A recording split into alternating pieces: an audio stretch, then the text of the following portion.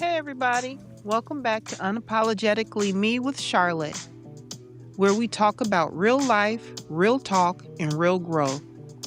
Summer break has officially started, and I was just thinking about how disrespectful some of these kids were before school let out.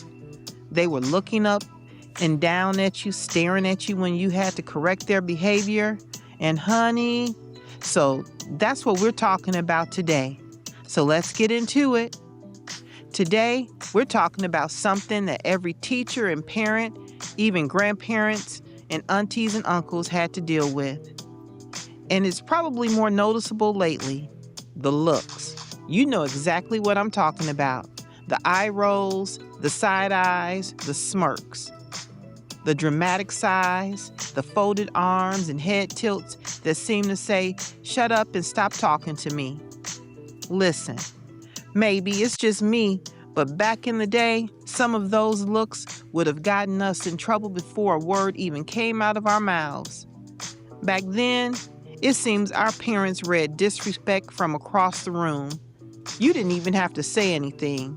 Your facial expressions alone was enough to start a conversation that you did not want to have. As an educator, I see students who are way too comfortable challenging adults about everything and anything, something that didn't seem that common when I was growing up. And not just talking back. It's the nonverbal stuff that says, "I don't respect you. I don't care what you're saying." Now, before I start sounding like I'm just complaining about these kids, it's important to ask ourselves, why do they think they can behave this way? Yes, I admit today's kids and their world is a little bit different and they have to deal with a lot of extra stuff. Like they're exposed to social media, they have these influencers and constant online interactions. Sometimes they see their adults communicating disrespectfully to each other, and they think that stuff is normal. But regardless of that, wrong is wrong and right is right, and respect matters. Respect doesn't mean that a child can't have an opinion. It doesn't mean that they can't disagree. It doesn't mean that they have to be silent. What it does mean, however, that they need to learn how to communicate a disagreement without disrespect. I think somewhere along the way, we've started thinking that confidence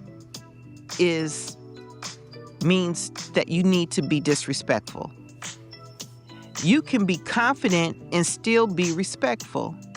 You can advocate for yourself and still be courteous.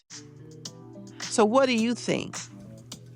Are kids really more disrespectful today, or are we just noticing it more? Well, that's all I have for today. This is Unapologetically Me with Charlotte, and as always, stay true to yourself, keep growing, and live unapologetically you. See you next time.